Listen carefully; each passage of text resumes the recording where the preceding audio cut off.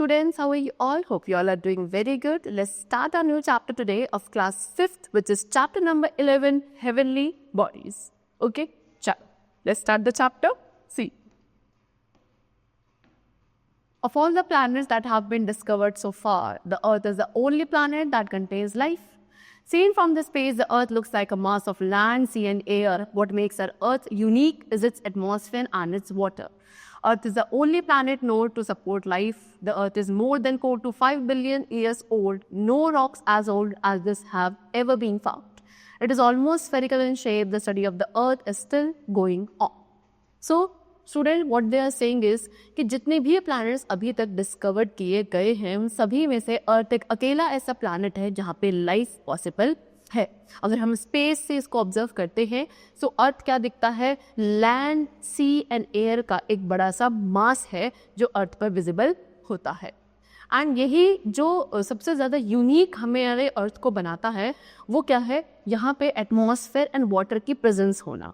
हमारे अर्थ पर एटमॉस्फेयर भी प्रेजेंट है, वाटर भी प्रेजेंट है, जिसकी वजह से अर्थ एक काफ़ी यूनिक प्लैनेट कंसिडर किया जाता है. अर्थ एक अकेला ऐसा प्लैनेट है जो लाइफ को सपोर्ट करता है. Around more than 4 to 5 billion years old हमारा अर्थ है. ठीक है, इसमें जो रॉक्स हैं वो इतने पुराने हैं जो अभी तक कहीं भी और इतने पुराने रॉक्स नहीं मिले हैं. ऑलमोस्ट कैसी, ज़्यादातर इसकी अगर देखी जाए तो ये स्फेरिकल शेप का होता है. एंड अर्थ की स्टडी तो अभी भी क्या है, स्टिल गोइंग ऑन है. All natural objects which are located outside the earth atmosphere are called celestial bodies. जितने भी नेचुरल ऑब्जेक्ट्स अर्थ सरफेस के बाहर हैं उन सभी को सेलेस्टियल बॉडीज कहा जाता है. So first of all, we have to discuss about formation of the Earth. Earth की formation कैसी हुई है? So once it was thought that the Earth developed from a rotating body of hot gases in space. These gases pooled and the other bodies were formed. So पहले क्या देखा जाता था कि जो अर्थ डेवलप हुआ है वो किसकी वजह से हुआ है, एक रोटेटिंग बॉडी है हॉट गैसेस की, गर्म जो गैसेस है उनकी रोटेटिंग बॉडी से स्पेस में क्या अर्थ का फॉर्मेशन हुआ है. एंड यही गैसेस बाद में फूल डाउन हुई एंड बाकी सारी बॉडीज़ का भी फॉर्मेशन हुआ. लेकिन बाद में अबाउट 1990 में ये सजेस्ट किया गया कि अर्थ जो है किससे, एक मटेरियल से डेवलप हुआ है जो कि हम वो सन से मिला है.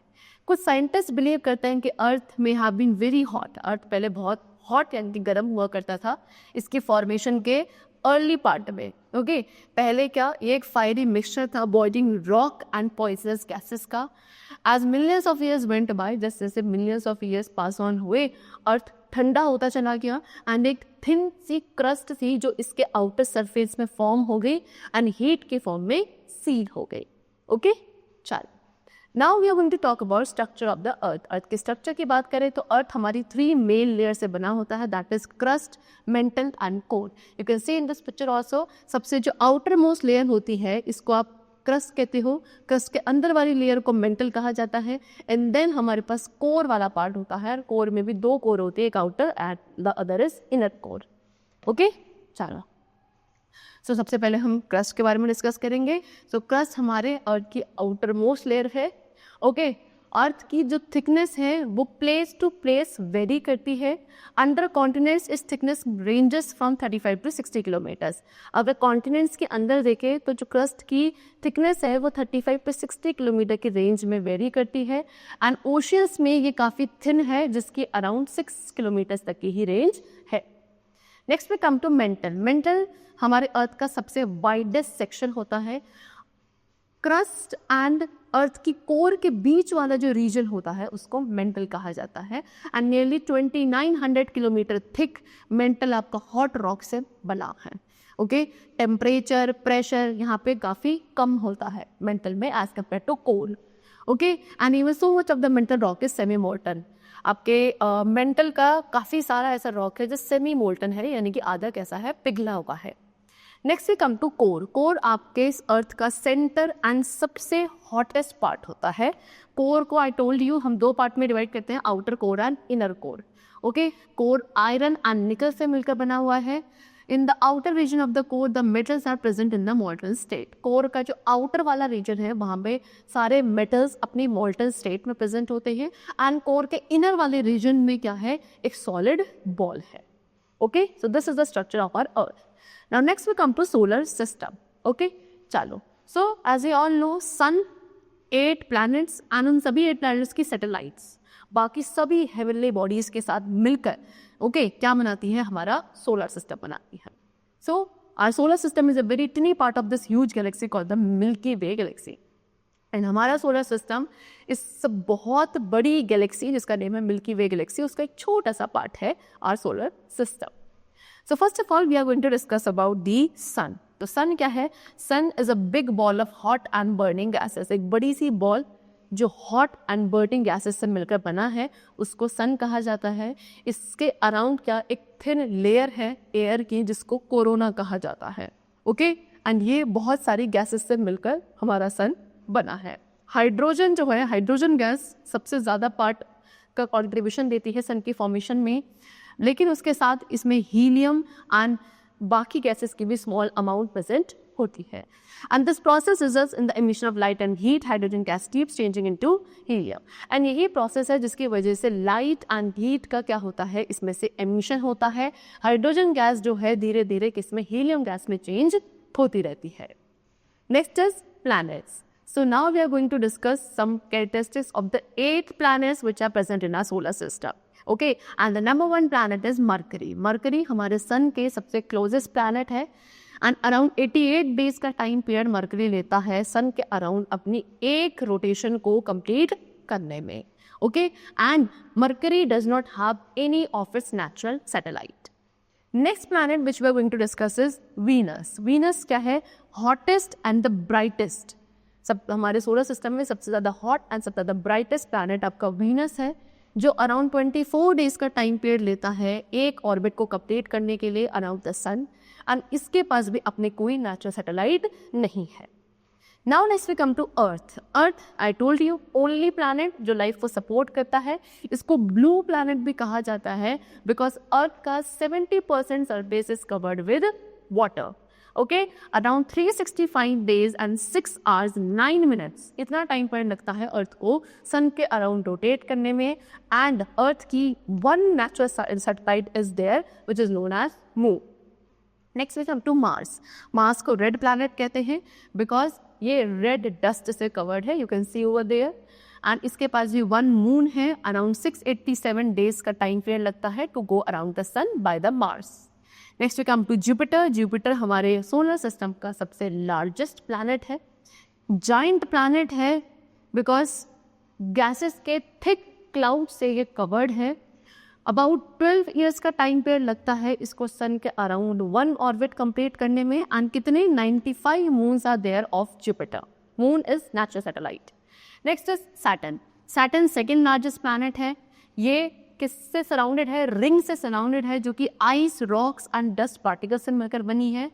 30 ईयर्स का टाइम पीरियड लगता है सैटर्न को अराउंड सन ऑर्बिट कंप्लीट करने में. एंड इसके 146 moons are there. Next Uranus. Uranus third largest planet है एंड सबसे पहला ऐसा प्लैनेट है जिसको टेलीस्कोप के थ्रू डिस्कवर्ड किया गया था. इसमें बहुत सारी गैसेस है एज मीथेन. 84 ईयर्स का टाइम पीरियड लगता है इसको to go around the sun and it has 27 moons of its own. And the last is Neptune. सबसे फारदेस्ट प्लैनेट है ये from the sun and it experiences fast blowing storm. इसमें काफ़ी fast blow होने वाले स्टॉर्म यहाँ पे experience किए जाते हैं. अबाउट 165 ईयर्स इसको लगते हैं to go around the sun. And इसके कितने टोटल 16 मून्स हैं as a natural satellite. So these were the 8 planets of our solar system. Now next we come to moon. Moon क्या है? I told you only natural satellite of the earth. Earth की अकेली natural satellite, एक brightest object है ये हमारे sky में after the sun. लेकिन मून की अपनी खुद की लाइट नहीं होती है. ये आपको शाइन करता हुआ दिखता है in the night sky but it does not have its own light. ये हमें सन की रिफ्लेक्टेड लाइट की वजह से क्या ब्राइटली शाइन करता हुआ दिखता है. अबाउट 3,84,000 किलोमीटर अवे है ये from the earth and it is about 1/4 of the size of the earth. Earth के कंपेरेटिवली अर्थ के साइज का सिर्फ 1/4 साइज इसका है, that is 1/4 size. Okay, I told you it does not have its own light. It shines because of the light of the sun which falls on it. Okay, and this is because the moon is much closer to us than the sun. And यही एक reason है कि जो moon है वो हमसे ज्यादा close है as compare to sun. Objects feel lighter on the moon. Okay, moon पर जो ऑब्जेक्ट्स है वो ज्यादा लाइट हल्के फील होते हैं। अब ऐसा क्यों? देखो, अर्थ की तरह ही मून के पास भी क्या है, एक ग्रेविटी है। ग्रेविटी एक ऐसा फोर्स है जो अपने टुवर्ड्स चीजों को क्या करता है, अट्रैक्ट करता है। So astronauts can walk easily on the moon carrying their equipments. इसीलिए एस्ट्रोनॉट्स भी क्या आपके मून पर क्या आप इजिली वॉक कर सकते हैं अपने इक्विपमेंट्स को कैरी करके, because the force of gravity है मून पर वो अर्थ के कंपेरिजन में 6 टाइम्स कम है। जितना ग्रेविटेशन फोर्स अर्थ पर है उसके कंपेरिजन में मून पर 6 टाइम्स लेस है gravitation force. And gravity is a force of a larger object that pools a smaller object towards itself. Gravity क्या है, एक ऐसा फोर्स जो बड़े बड़े ऑब्जेक्ट्स के पास होता है, एंड इस फोर्स की वजह से ये ऑब्जेक्ट्स क्या, जो छोटे ऑब्जेक्ट्स इनके अराउंड होते हैं उनको ये अपनी तरफ अट्रैक्ट कर सकते हैं। इन फोर्स को ग्रेविटी फोर्स कहा जाता है। सो जो ग्रेविटी फोर्स है मून की वो कितना 1/6 है of the earth gravity force. Example अगर बात करी जाए, सो अ 45 kg person would way only 7.5 kg on the moon. एक ऐसा पर्सन जिसका वेट अर्थ पर 45 kg है, उस सेम पर्सन का वेट जो मून पर होगा वो अराउंड कितना होगा, 7.5। कैसे? आई टोल्ड यू 45 kg यहाँ है, उसका 1/6 आप करोगे, so it will come out to 7.5 kg। Okay, since the moon is lighter than the earth, the gravity at the moon surface is less. क्योंकि मून क्या है, अर्थ के कंपैरिजन में लाइट है, हल्का है, इसलिए मून सरफेस की ग्रेविटी भी कैसी है, कम है। Okay, next, landing on the moon. अब मून पर अगर हम लैंडिंग की बात करें, सो मून एक अकेली ऐसी हेवनली बॉडी है जिस पे ह्यूमन बींग्स अभी तक काफ़ी बार ट्रैवल कर चुके हैं। ऑन जुलाई 20, 1969 में अमेरिकन एस्ट्रोनॉट थे नील आर्मस्ट्रॉन्ग। ये फर्स्ट मैन थे जो सबसे पहले मून पर गए थे, वहाँ पे उन्होंने लैंडिंग करी थी, है ना। ये किसके पार्ट थे? अपोलो 2 स्पेस मिशन के ही वॉज द पार्ट।